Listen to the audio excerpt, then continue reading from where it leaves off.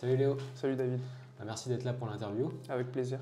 Donc aujourd'hui on va parler de ton parcours, en gros les études que tu as fait, comment tu en es arrivé au métier de CGP, comment tu m'as trouvé. Ensuite on va aussi te voir un peu tes passions pour voir si ça se lie ou pas, ta vision à long terme, le délai pour aussi exercer le métier. Et enfin le mot de la conclusion, quoi. Ça te va? On va essayer de Ouais, faire un sharp. ça marche. Allez, focus. Alors, première question du coup, rapidement, c'est quoi ta licence? Est-ce que tu l'as obtenue?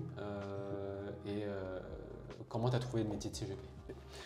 C'est une licence AES, Administration économique et sociale, que j'ai obtenue.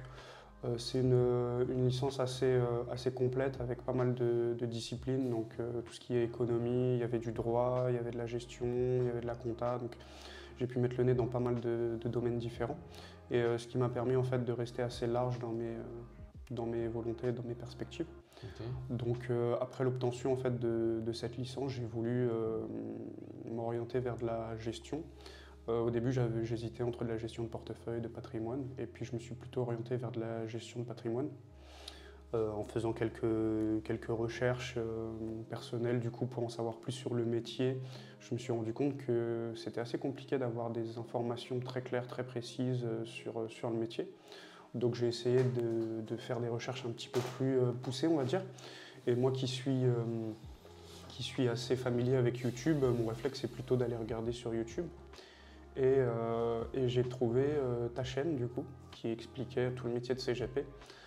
Et c'est quasiment la seule chaîne, en tout cas les seuls contenus que j'ai trouvés avec vraiment beaucoup d'explications, d'accompagnement, beaucoup de pertinence.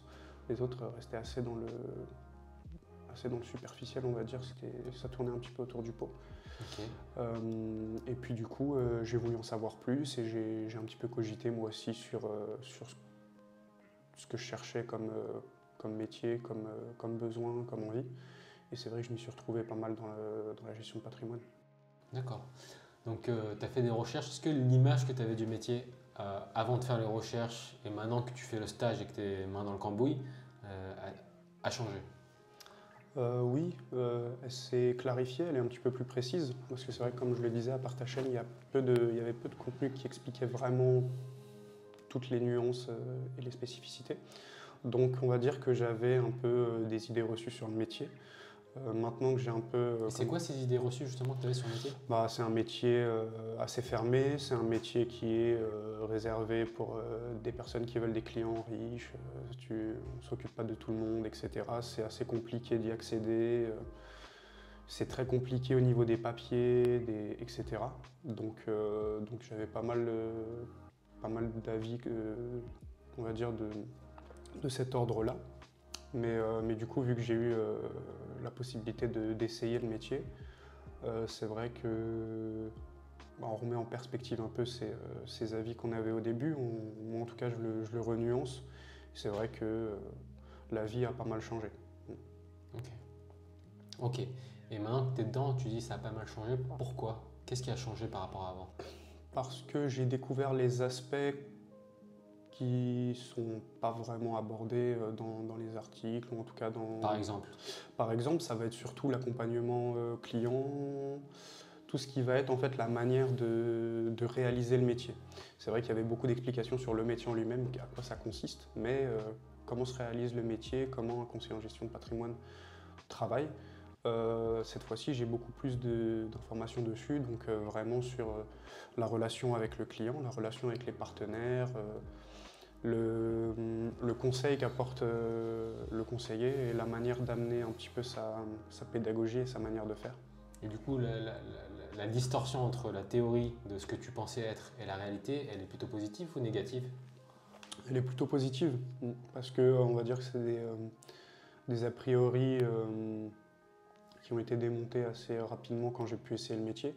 Et j'ai découvert des aspects qui n'avaient pas été mentionnés, qui sont très intéressants. Et Comme quoi? comme du coup, tout ce qui est, vraiment tout ce qui est l'aspect clientèle, l'échange, le partage, la compréhension, vraiment créer une relation en fait. L'aspect humain, quoi. C'est ça, l'aspect humain. Et du relationnel, ouais. C'est quelque chose qu'on a quand on est indépendant, qu'on n'a pas quand on est salarié en fait. Parce que quand on est salarié, on est vendeur de produits de la maison mère pour laquelle on travaille.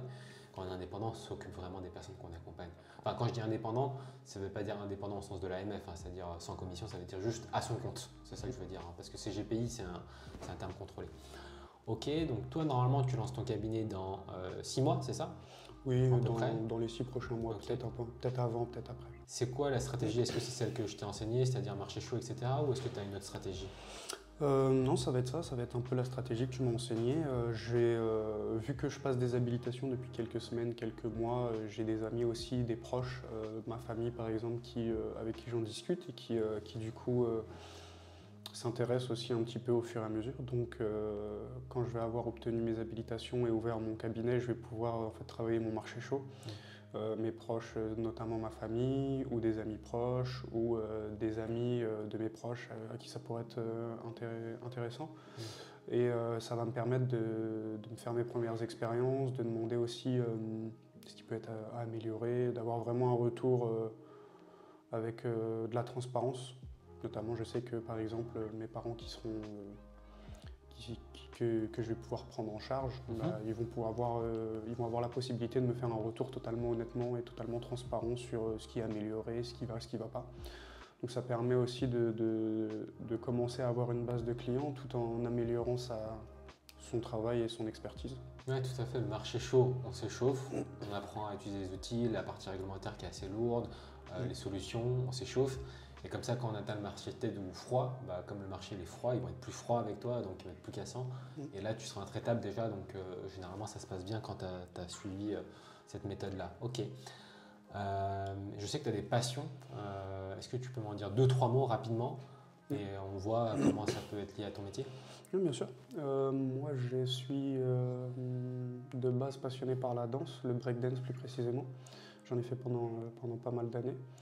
Et du coup, ça m'a développé un petit peu pas mal de passions. En tout cas, je suis assez curieux de base, donc comme première passion, la danse.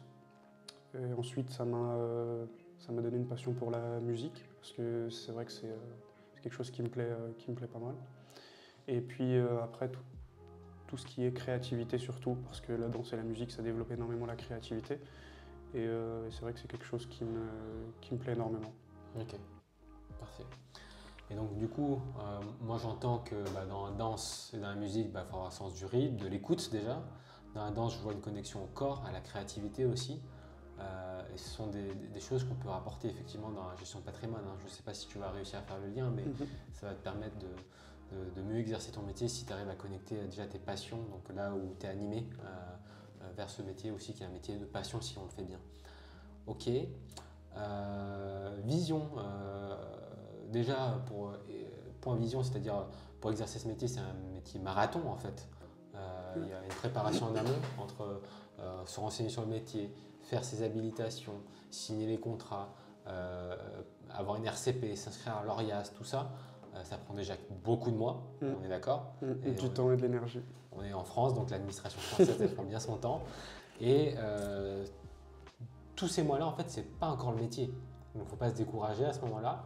Et même quand on commence le métier, il y a encore quelques mois avant de toucher ses premières commissions, parce qu'on va faire un rendez-vous avec le client pour savoir qui il est, un rendez-vous pour lui présenter les solutions, un rendez-vous de signature. Et même quand c'est signé, il faut le signer chez le partenaire. Et souvent, il y a un délai de rétractation de 14 ou 30 jours. Donc on n'est pas rémunéré pendant cette période-là, on est rémunéré vraiment le mois d'après. Donc ça prend encore 2-3 mois. Donc c'est assez long en fait pour toucher ses premiers sous-sous dans le métier. Donc c'est un métier de marathon, c'est pas un métier de promesse rapide pour gagner de l'argent facile, quoi. Voilà, c'est ça aussi qu'il faut c'est clair. avoir. C'est clair que si l'objectif c'est de lancer quelque chose qui va être opérationnel très rapidement, rentable très rapidement et qui demande très peu de démarches ou très peu de temps à consacrer, c'est vrai que c'est pas le style du métier en tout cas. C'est quelque chose dans lequel il faut se préparer avant de lancer l'activité. Et avant de lancer l'activité, déjà, on aura déjà pas mal bossé sur plusieurs choses. Donc oui, c'est pas quelque chose que tu peux faire, on va dire, en claquant des doigts et c'est opérationnel et ça tourne tout seul, quoi, c'est sûr. Ok. Et est-ce que tu aurais un conseil pour clôturer cette vidéo envers les personnes qui veulent se lancer dans le métier, par exemple? Bien sûr. La réalité, écoutez, moi le conseil que je peux donner, c'est vraiment d'essayer, de se donner les moyens, de préparer quelque chose en se connaissant soi-même, connaissant ses forces et ses faiblesses, pouvoir se donner les moyens d'essayer, si vraiment ça nous anime, et puis en profiter, quoi. Se donner les moyens d'essayer, c'est toujours bénéfique, même si c'est pas quelque chose qui est voué à terminer en très grosse réussite ou quoi. C'est toujours une expérience et au moins ça aura permis de savoir et de vous connaître un petit peu mieux aussi par rapport à d'autres domaines. Ok. Merci Léo. Avec plaisir.